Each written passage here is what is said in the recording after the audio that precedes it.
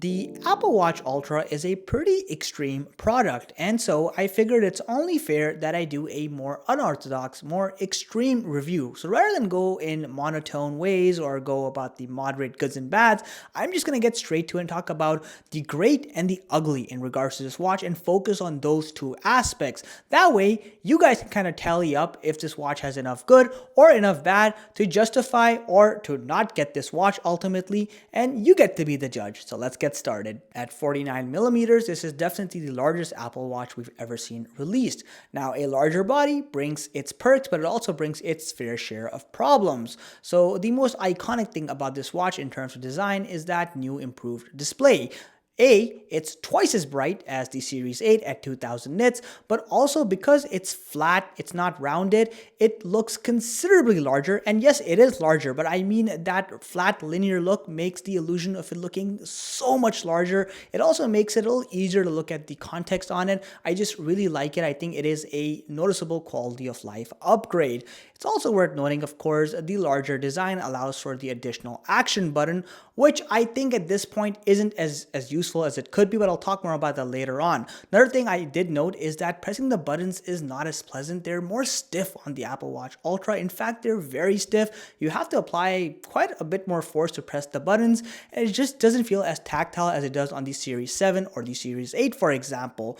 Now, one more thing I will mention is that the larger body design means that you also have restricted upper wrist movement. So for example, when I move my wrist upwards, you'll notice that the casing around the buttons kind of gets in the way of my hand fully going up. I could see this being a potential problem for people who are in sports that require a lot of wrist movement. And finally, of course, the Apple Watch Ultra has a titanium shell versus a aluminum or stainless steel one, which means it's far more rugged and durable. And if you hit a hard surface, the chances of you denting your watch are significantly reduced. Another heartwarming improvement is the battery life. Courtesy of the larger design, Apple has shoved a bigger battery in here, which basically means you can get up to 36 hours per Apple. And based on my real world test, I got about 34 and a half hours on a single charge, which is pretty close. And this, by the way, includes me keeping this on at all times during the day, only taking it off when I'm sleeping. And also I do daily walks, so I did have the workout functionality and the heart rate monitor actively working for short periods during the day. But again, it definitely meets the expectations and I have no complaints there. In terms of exclusive features, the Apple Watch Ultra has a few tricks up its sleeves. Firstly, it has a dual antenna system for its GPS, meaning it has a L1 and L5 GPS antenna. In short, let's say you sleepwalk into a forest and find yourself lost in the middle of the night, your Apple Watch might be able to help you find your way back thanks to its backtracing capabilities in conjunction with the waypoint feature. Now, of course, this also allows for more precision-based tracking, so you get more accurate trackings of how far you've walked or where you are and information like that. Additionally, the Apple Watch can survive between temperatures ranging from minus 20 degrees Celsius all the way up to 55 degrees Celsius, though I suspect it'll spend most of the time at room temperature.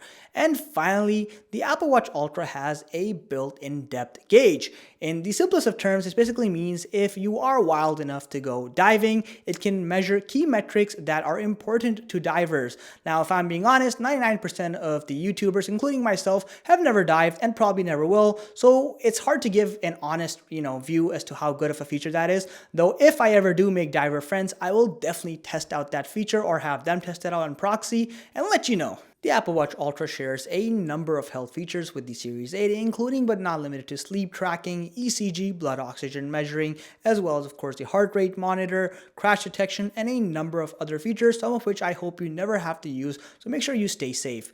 But one of the greatest improvements with the Apple Watch Ultra is that amazing speaker system. It is definitely much louder than the one you find on the Series 7 or Series 8, and also the microphone is considerably more improved as well, because when I was talking to people on the phone, they definitely said that my voice sounds more crisp when I was talking through the Apple Watch Ultra versus my Series 7.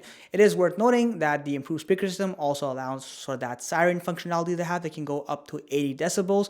And again, I hope you never have to use it, but it's good to know you have a feature like that on your phone or watch.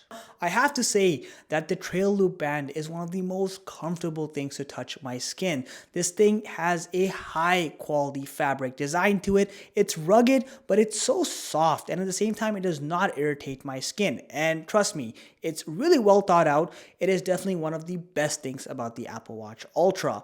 With that said, of course, I am very excited to try the other bands as well and see if they have the same comfort and utility ratio that we see with the Trail Loop, but definitely my favorite band so far. With a starting price of $800, the Apple Watch Ultra is definitely ultra expensive. However, if I'm being dead honest, behind all the pseudo-marketing Apple does claiming that this is the watch for the sportsman or the athlete, the fact is the vast majority of its end users are going to be people like you and I and, well, even more extreme, Apple enthusiasts. That's not necessarily a bad thing. Ultimately, Apple knows this.